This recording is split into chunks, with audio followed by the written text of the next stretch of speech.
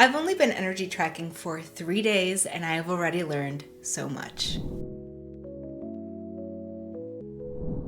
If you're new here, hi, my name is Dr. Jamie. I'm a licensed clinical psychologist known as the Productivity Psychologist here on YouTube, and you have reached us in the middle of a 90-day total life organization challenge called the Organized Life Blueprint. I created this challenge for myself out of desperation because my year has been out of control. We have been working this week, which is week 1, on deepening our self-awareness, and I am deepening my self-awareness on my general energy level. Today we're working on energy audits. Wait. Before we go on with this beautifully lit, well-edited video, you guys are here for the science. So let's take a break for after work, less polished but more excited Jamie explain to you what is energy tracking and why we're doing it. And I got a fancy new mic holder, so I want to try this out. I don't know, feels a little strange. I can deal with this. Today is day 6 of my total life reset, and if you're doing this at home, I'm going to walk you through what is energy tracking, why it's important, and 2 different strategies to do this if you are following along at home.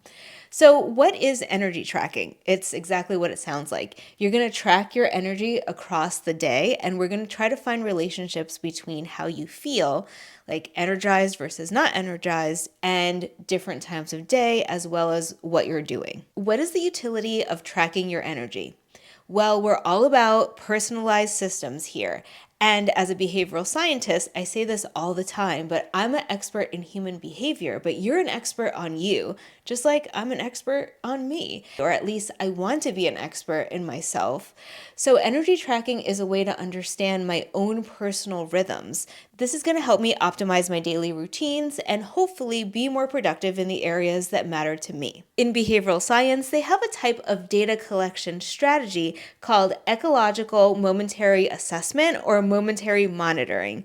And that's when we ask individuals to stop at set points of the day and document things like how they're feeling or what they're doing. So you're interrupting someone's day and you're collecting information about their feelings or behaviors or actions in real time. And this has a distinct benefit than collecting what we call retrospective data, which is when we ask people to remember what they did last Tuesday.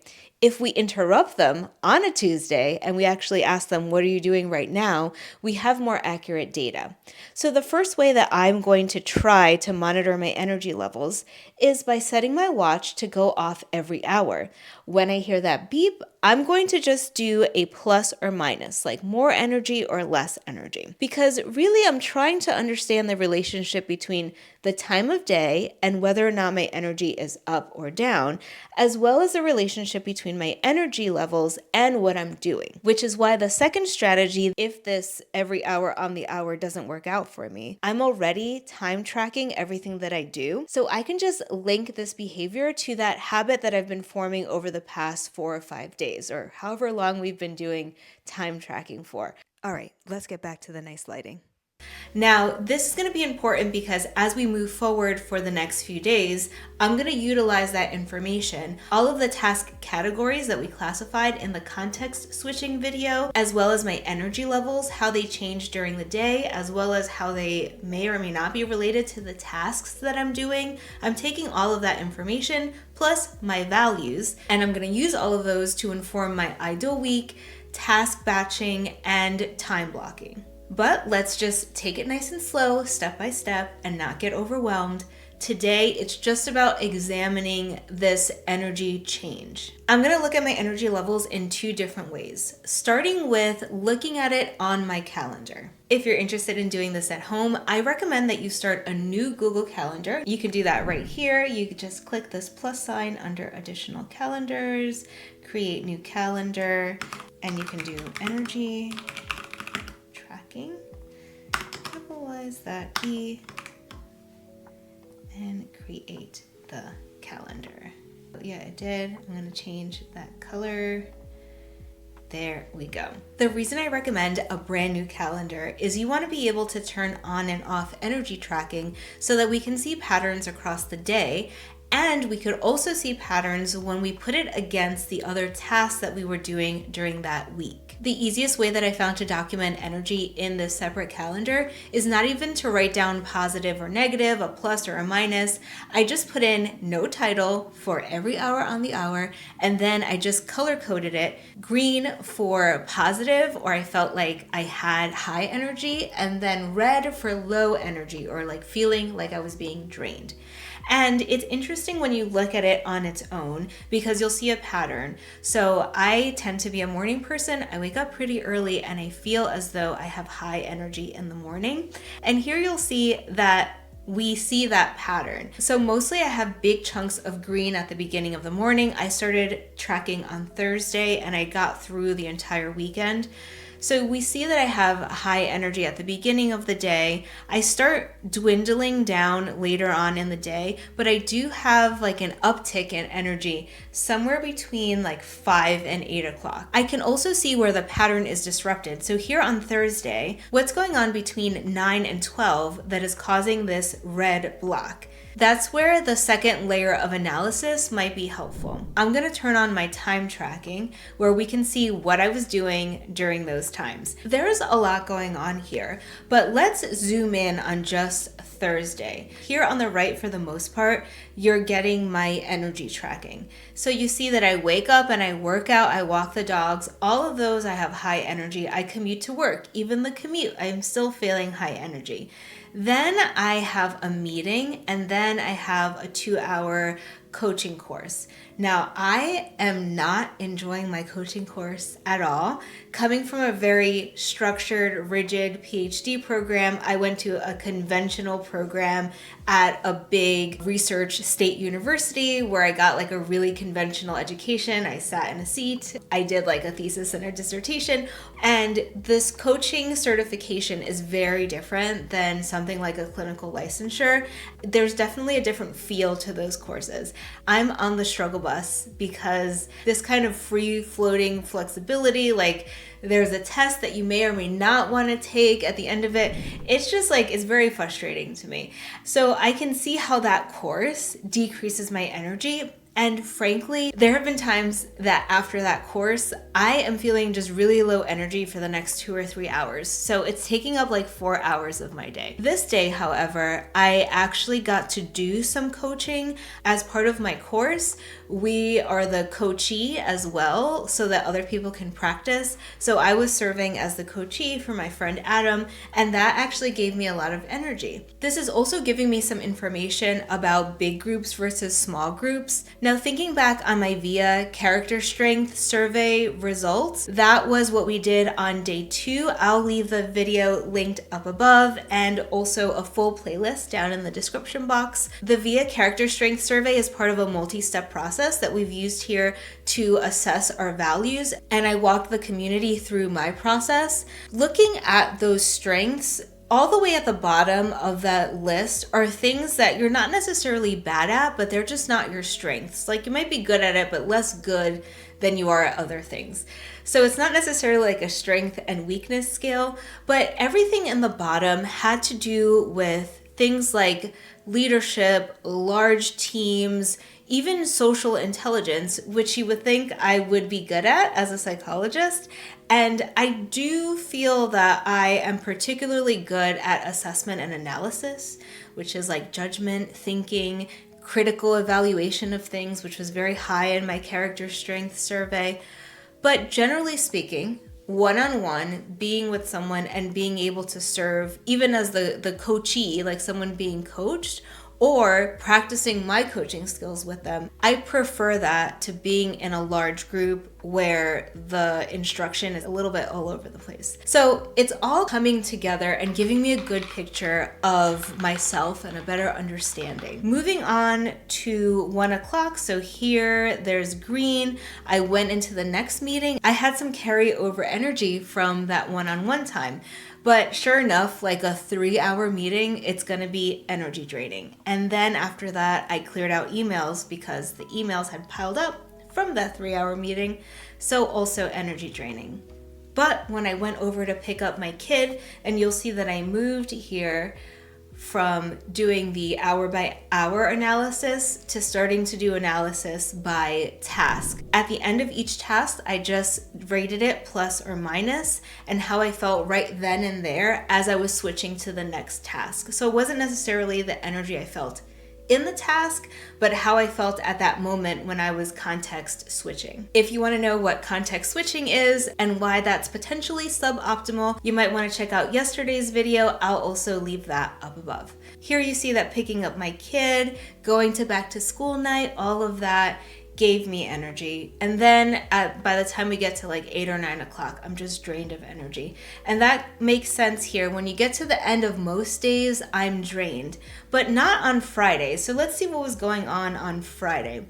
So Friday, first off, it's the day that I stay up a little bit later. I was working on YouTube. I was doing edits. I had date night with my husband. I was probably really excited when I start working on edits, especially at night. I probably got my second wind, which we see here if we look at just my energy, that there's some green that comes back in the late afternoon. And sometimes I'll just get into the flow state and start working on these YouTube videos. So that explains that. On Friday, it looks like my low points were around lunchtime and around 4:30. And if I look at Friday, around lunchtime was when I was commuting. That was after the time that I saw patients. So I have a big chunk of time Friday mornings where I see patients in my work as a clinical psychologist.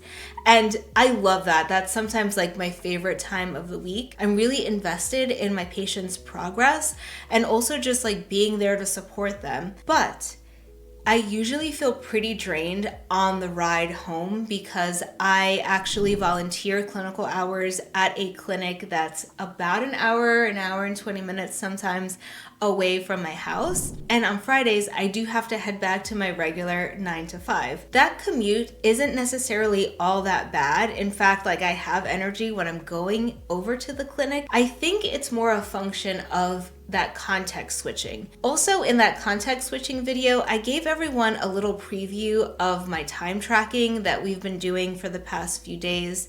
And as I coded the things that I do at work, a lot of what I'm doing right now in my 9 to 5 is administrative work. If you're new here, I am a behavioral scientist working with a variety of different agencies. And right now I'm the director of a human optimization and human performance lab. And so I oversee about 27 different projects for different agencies. But I'm not working as a boots on the ground behavioral scientist, which is where my true passion is. If I could just see patients and actually do science rather than the administrative work that I'm doing right now, I think I would be much happier. So I think that switching is what's causing that energy drain because I do tend to see a little dip around lunchtime. I wonder if it's really a function of that. Let's see what else is interesting here. So on Saturday, my son had a long meet on Saturday and I was pretty drained after that. There was a lot of people, a lot of moving parts. We commuted like an hour out to the meet, so that makes sense. But I had a little boost of energy from 6 to 7, so I want to know what that was about on the 21st. From 6 to 7, I was recording. So I think what I'm learning is that I gain energy from doing this creative endeavor. And it relates back to my values, right? Creativity was one of my strengths and something that I valued. We were looking at things like cognitive flexibility, how I like to see things in novel ways and kind of put them together in novel ways. So this is like what I'm doing here on this YouTube channel. So it makes sense that I have that little burst of energy on Saturday. And then let's see what else I can explore. Sunday, I had a little dip in energy at 9:30. What was I doing there? Oh, I was doing my makeup. I think this day, okay, I did my hair and then I had to take a break to help my son with his campaign. We were doing some posters and things. And then I went back to doing my makeup. So that interruption, I can see the cognitive costs of that task switching because I was like a little bit low energy. I enjoyed doing those tasks with my son, but it looks like I had focused my day mostly on filming, which is what was on my schedule. I can see all of this red here. So what probably happened was I had scheduled all this YouTube time on Sunday and then that was interrupted because I had some mommy tasks to do, and then I went to doing my makeup, which sometimes is fun, but can be a little bit of a drag to do every day for this kind of series. And I know that I don't have to, but again, something I value, so it works out. All right, I had some other dips around 2 and 5, so let's see what that was about. At 2, I was eating, but I think it's probably just because I had gone to Best Buy. It wasn't the best experience there. I was looking for something for my audio. So I came back and I was probably feeling a little down. And then after filming and then working on editing, I had like another little lull. And I wonder if that was a function of just like the day. It seems like there was a lot going on that day. So what have I learned? I learned that I do get energized when I'm doing things that I love. I'm energized when I'm seeing my patients. I'm energized when I'm recording videos for YouTube. I'm even energized when I'm editing, because there was that late night that I was editing on Friday. I tend to not like meetings. I tend to not like administrative tasks. I'm not really enjoying that course that I'm doing on Tuesdays, Wednesdays, and Thursdays. So that's something for me to think about, how to integrate that kind of lull in energy that comes with that as we move forward and start thinking about how to organize our time. And it also looks like I have the most energy in the morning, but I also have pockets of energy in the late afternoon. What does your energy audit say about you? Let me know if you found out something interesting about yourself in the description box down below. Tomorrow, we're going to take everything that we learned this week and integrate it into an ideal weekly plan.